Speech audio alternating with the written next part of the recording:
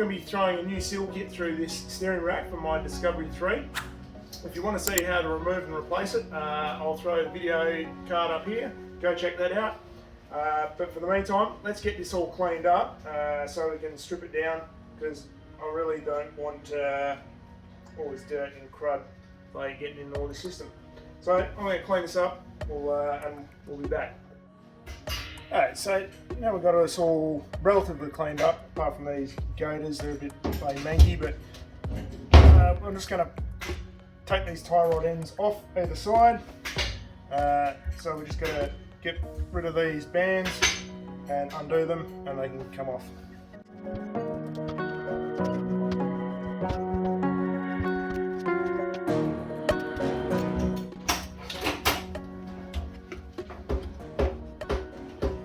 You can see all that oil coming out. There's the source of our leak.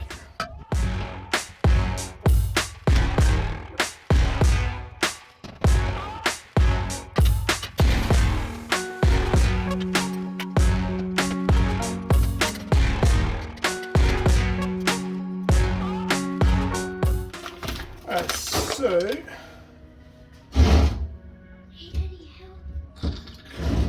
now this gets a little bit messy. You can purge some of the oil out just by stroking the rack.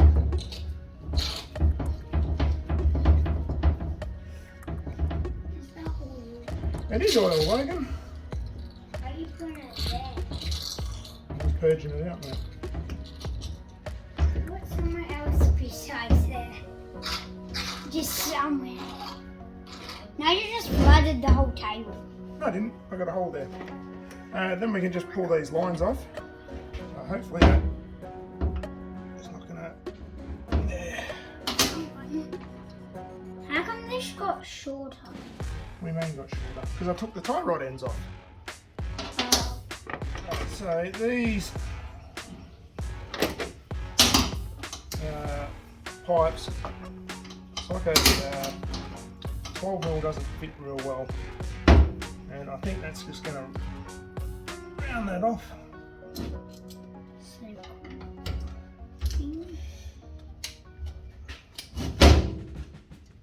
Oh, that's just going to... My cruise fit spinners aren't working real well, so I'm just going to try being a bit rough with the multi-grips.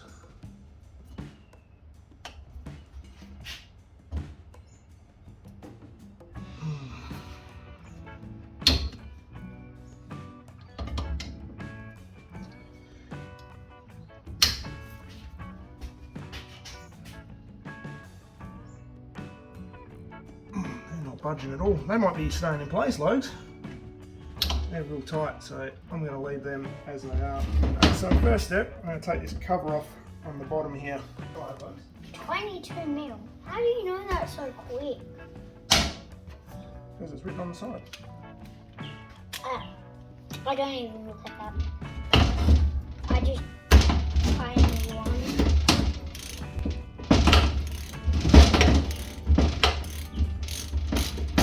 So this one should just be a dust cover. A what cover? Dust cover. We've got a nut and a bearing on the bottom there. So that can go over there. Yummy. With that dust cover off, you can see there's a nut there. We've got to pull that off. That is a 17mm socket.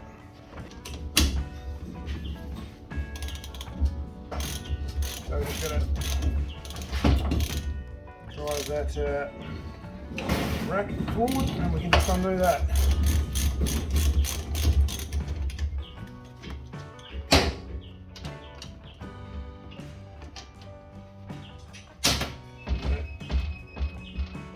Just a dust seal here. Right, so I'm going to get the seal out because I believe there should be a circlip underneath that, so we can get this input shaft out.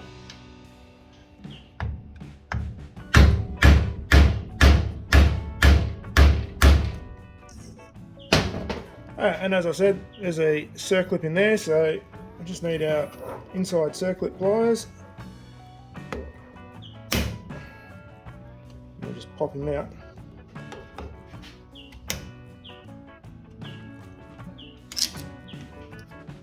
Alright, so once that circlip's out, this looks like another seal here again, which I'm going to try and dig out.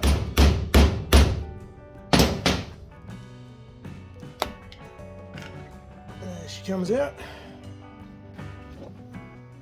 Now hopefully I can that seal out of the way. Looks like that should be able to all come out.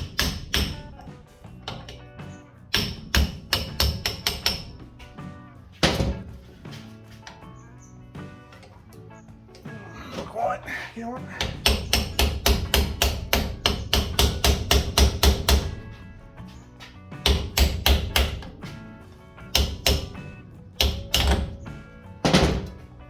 So this is the input shaft with the control valve, and there's just a little needle roller bearing there on top, so we're going to keep that one nice and clean because we don't have a replacement for that one.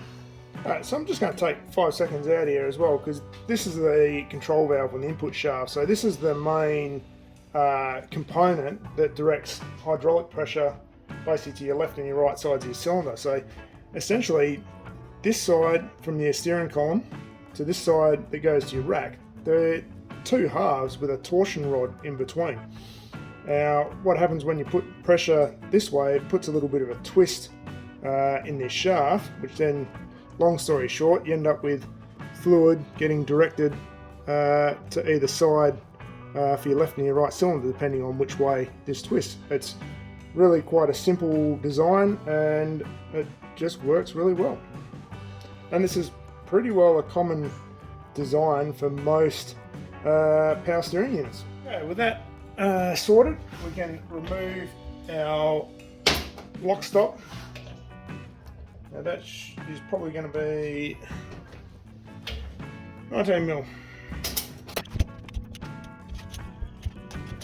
Judging by that, it's got a bit of thread locker on it, so that might be something worth considering when we put it back together. So under here is spring, and this is the main sort of lock stop. In order to get this rack out, there should be a little circlip just in this end here, so we're just going to get a screwdriver in and try and prise that out. Now I end up dicking around with this for quite an excessive amount of time, just with the screwdrivers trying to get that circlip out. Now the problem is the circlip is a round profile, obviously sits in a round groove. I'll show you a photo up here now, and the end of the bush is also tapered, so basically when there's pressure trying to push that bush out, the circlip stays in its groove. The issue there with trying to get out with screwdrivers is I can't lever the circlip directly straight up. It needs to sort of come out at a 45-degree angle, so basically I had to get a pick set with a nice little 90-degree end on it to pull it out. We'll see that a bit later on, but for the meantime I'm just struggling. So I've decided to persist a little with these lines. I'm just going to get them off.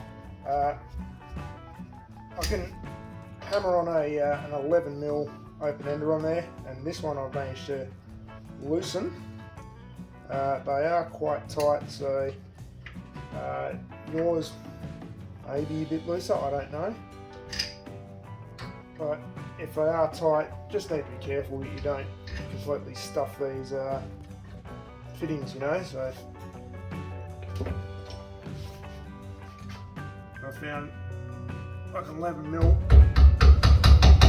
needs to be hammered on, and yeah.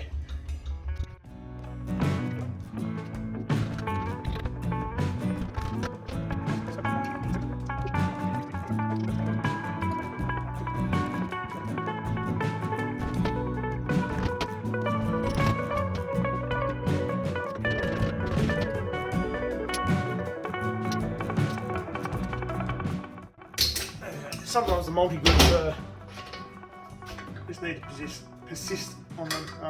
It will make the fitting a little bit uglier than what you'd hope, but it gets them off.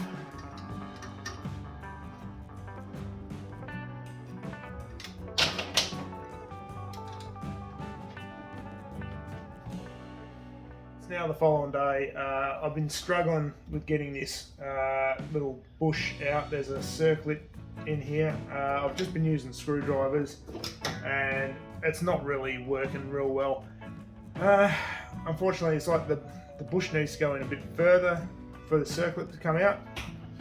So I've got myself a pick set. I'm going to hopefully try and get in under the circlip and pull it out. So let's see what happens. So the theory is here I'm trying to lift it, the circlip, and then pull it out at the same time, but it's like there's not enough room for this bloody thing to come out. Ah, there you go, that's getting it. Oh, I just got to get this screwdriver in behind it. There we go.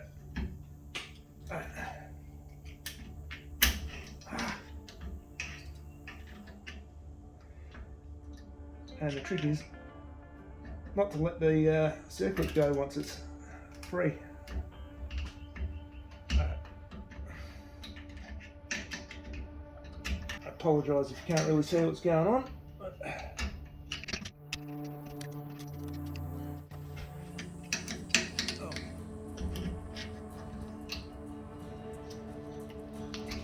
and there's that circlip finally out. That should mean this will just be a matter of, there we go, and this whole lot can come out now. Oh man. Okay, so now that that is finally out, we can start a strip and clean of everything. Some of these tools out of the way. So you see, this is the central piston. So this will seal inside the bore here. You have fluid pressure on one side or the other, and that's what gives you your assistance. So in here we've just got a seal here to replace and this O-ring. So which one this was leaking, yeah, don't know. Quite possibly just the O-ring, but who knows.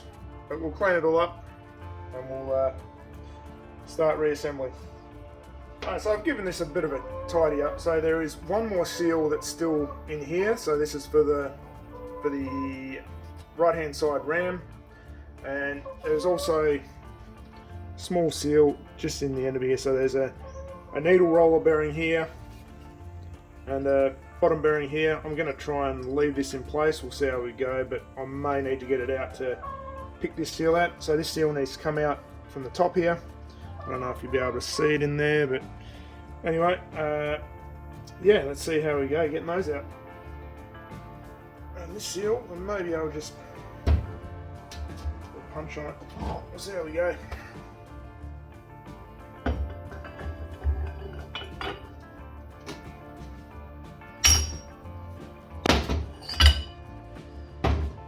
That seal that dropped out there, so it would sit in here. There's a spacer ring, I guess you call it, and then the seal, so they would sit up in there, so we're going to have to push them in from that end, so that should be fun.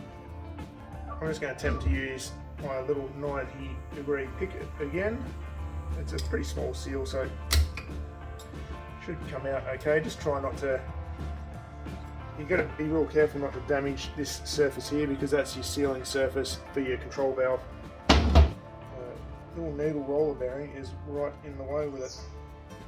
Quite a tight little seal to get out, to be honest. I may have to try and pull this bearing out and pop it out from the inside, or from the other side, shall I say. I'll just try it. Knock this bearing out.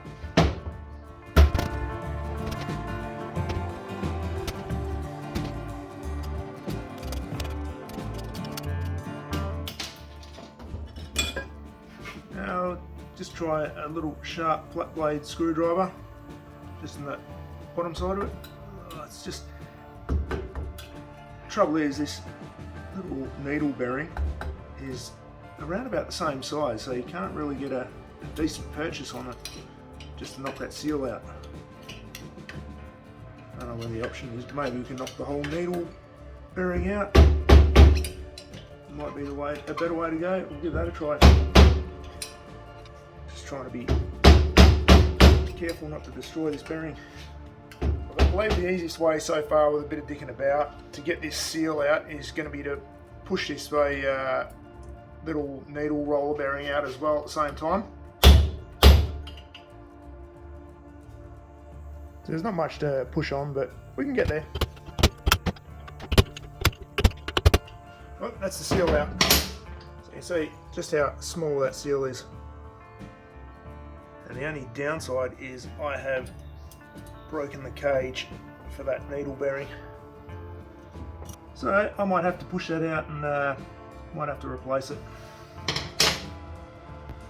So I'm just stuffing a rag in here just so in the event that I can't replace that needle roller bearing, I'm not going to lose any of the little roller bearings.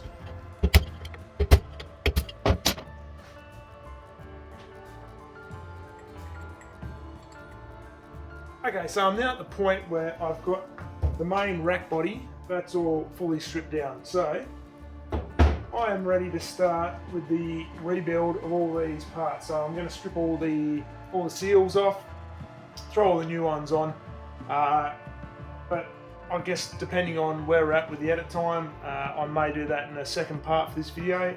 I'm figuring this is probably going to be quite lengthy, so I might break it into two. So if that's the case, then I'll see you in the next one. Don't forget to like and subscribe so you can catch the next one when I upload it. If you want to see it earlier, there's always channel membership, so join now and you'll be able to see the video straight away. If not, just wait till it comes out at its normal release date. That's perfectly fine. Anyway, I'm going to continue on with this with the seals, and I'll see you in the next video, and we'll start slapping it all back together. So until then, see you later.